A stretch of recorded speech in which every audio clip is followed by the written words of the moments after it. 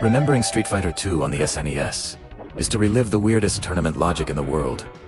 A green guy who shocks people, a sumo wrestler who flies horizontally, and a military dude with blonde hair so stiff, all beating the living daylights out of each other to see who's the strongest. It wasn't just a fighting game. It was a trying to inputish. Getting a Hadouken simulator while you prayed your friend wouldn't. Discover that Chun-Li could leave you dizzy in 2 seconds. Wouldn't he love the realism of seeing your character as face?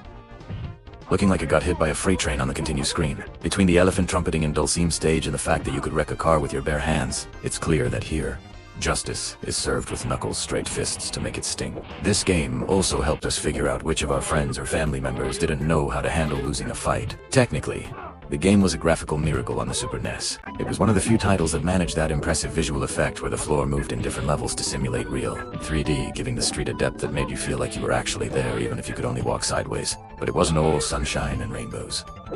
The most frustrating part was reaching the end and seeing the 4 Grandmasters, Balrog, Vega, Sagat, and Bison looking all imposing, only to realize they weren't select. You had to settle for watching them from afar and getting your butt kicked. Because back then, being the boss was a privilege found exclusively in the Arcades Champion Edition. What was more questionable? That Zangief jumped like a ballerina while weighing half a ton?